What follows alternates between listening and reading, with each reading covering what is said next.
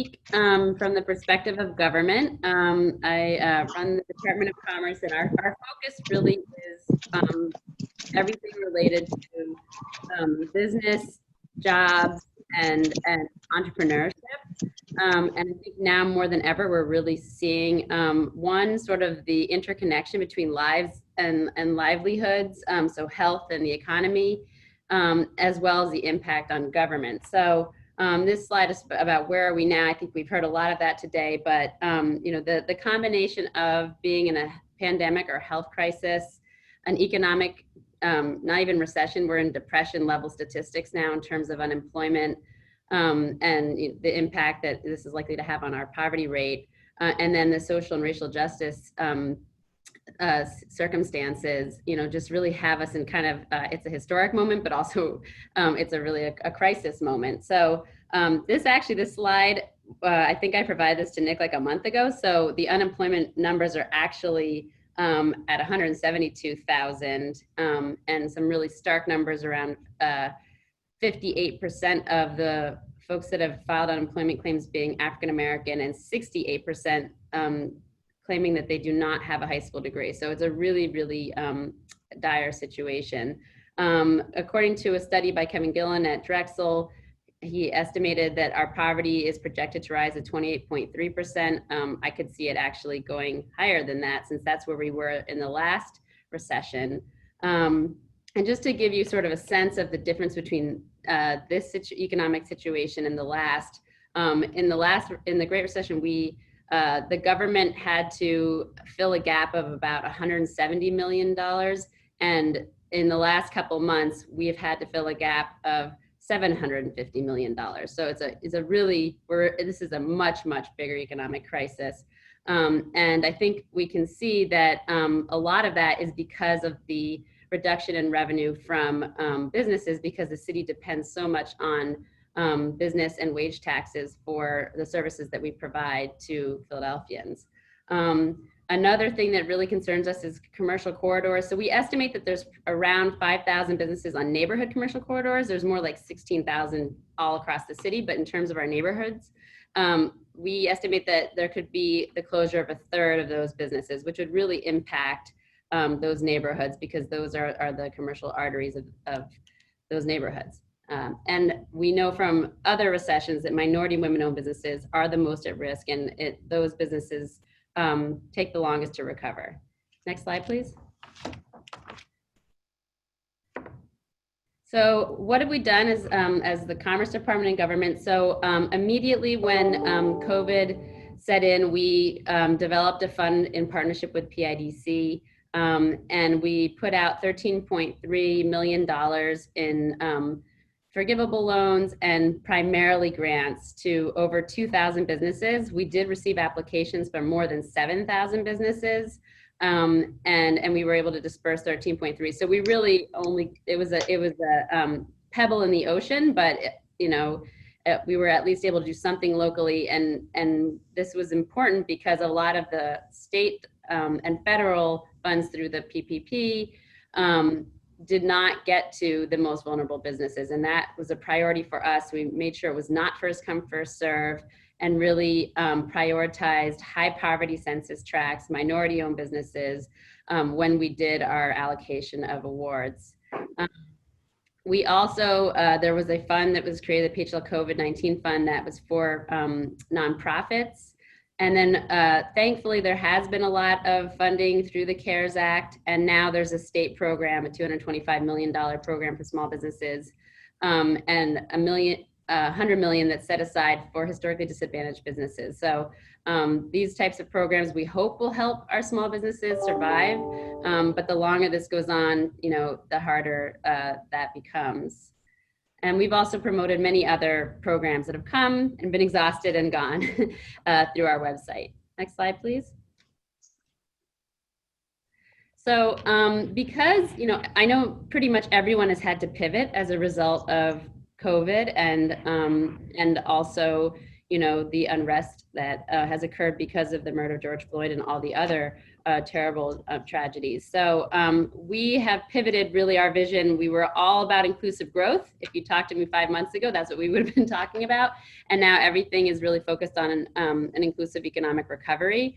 So the vision is that Philadelphia emerges into a post-COVID-19 world with a more inclusive, robust economy that will help ensure long-term prosperity for all. And this is really focused on creating more opportunities for economic mobility and well-being, fostering quality jobs, well-paying jobs. The Office of Workforce Development, unfortunately, because of the budget situation, was consolidated into a smaller division in the Commerce Department. So now we have, we were always focused on helping businesses grow and be created in the city. We're also now focused on working very closely with Philadelphia Works and other partners on employment and workforce development. Commercial corridors have always been a huge focus of ours and will be an increased focus for us. And then we'll continue to capitalize on our natural assets and strengths. Next slide, please. So our priorities are, we really have 4 main priorities moving forward, at least for the foreseeable future, which are small business relief and recovery, building capacity, access to capital, focus on diverse businesses, startups, and we really want to make Philadelphia the most diverse startup city globally, improving our procurement processes and increasing economic opportunity, commercial corridors and neighborhoods, focusing on grants for our businesses, really working closely with our CDCs and our business improvement districts. And also we will be launching a $7 million program that was sponsored by Councilwoman Sherelle Parker to do, it's really a win-win-win because it's cleaning the corridors, it's creating jobs, and it's also providing contract opportunities to small businesses, primarily minority businesses that do cleaning. Next slide, please. And then, as I mentioned, workforce and talent development now falls under commerce as well, and we'll be equipping our residents with skills. We did learn at the end of the budget process that we received an extra $1 million for a workforce. And so we, Commerce Department ourselves, we really don't run programs. We support our partners and try to create more nexus between the different stakeholders in workforce and talent development. And so what we'll be doing is doing a call for ideas with those $1 million to see what programs, high quality programs can be scaled up, and maybe any new programs to meet these specific needs that we face today. And then lastly, we do still want to focus on revenue generation and growth. And so that's, you know, projects like the refinery site that is now acquired by Hilco, it's the Navy Yard, it's the airport, it's the port, it's those types of projects where lots of jobs can be created. It's life sciences, because with a loss in revenue to the city, that really impacts, as everybody sees, the types of services that we can provide to everyone in the city, and especially our lower income populations. Next slide, please. So our focus is really going to be on small businesses. Almost all businesses in Philadelphia are small businesses, 99.7%, and they create the majority of jobs for our residents. And so the best way of preventing residents from falling into poverty, we believe, is by keeping these businesses alive and preserving the jobs that these businesses create. Next slide, please. We created sort of a new framework, and this is not just us alone. PIDC has adopted this framework in Philadelphia Works as well. So this is a 4R framework, which is respond, reopen, recharge, and reimagine. And I always kind of look to the last one as the North Star, that out of, you know, everybody says don't waste a crisis, that we can really use this as a way to make real change and reimagine what our city looks like and what our economy looks like. So I won't go through all the detail of these 4 R's. You can just go through it because I know we have a shortage of time. So that's restart. You can keep going through recharge or reimagine. Thank you. Just off to the next one. So what's next?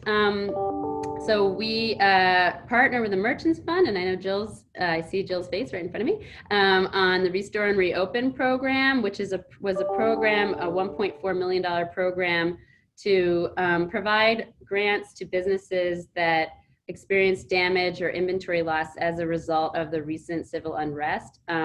Our focus is really primarily on historically disadvantaged communities. As we know, a lot of businesses, North 22nd Street, Germantown and Erie, 52nd Street, Woodland Avenue, experienced damage. And we will be soon making awards to businesses. We're still working on trying to raise some additional dollars to meet the need. And then we'll be making awards to those businesses so that they can repair and reopen, restore and reopen. And then we also are working with the United Way on an equitable entrepreneurship strategy. This was actually something we were working on prior to COVID. And the idea is to really look at all of the providers and everything that we're doing in the space of entrepreneurship supports and determine where there are gaps, looking at what other cities are doing and seeing what we need to do better. You know, as I mentioned, commerce has been in the space for decades, but you know, it's not so often that we stop and kind of look at what exists and decide where we should be doing something differently. We'd already kind of committed to doing that before having to really pivot with COVID, but we believe there are some gaps and some things that we need to be doing more, less, or better of. And one thing that's also not on this slide is just the $1 million workforce call for ideas is also what's next. Next slide, please. And I have to say that, of course, I'm speaking from government, but government cannot do anything by itself, and we would never do it as well as our partners. So we work very closely with CDCs, business improvement districts, with all of the different chambers in the city, minority chambers, the Greater Philadelphia Chamber, and many other local neighborhood stakeholders.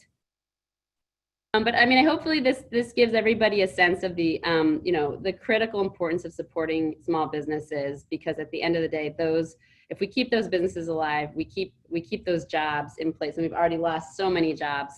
So that's really our focus for now. So thank you, everybody.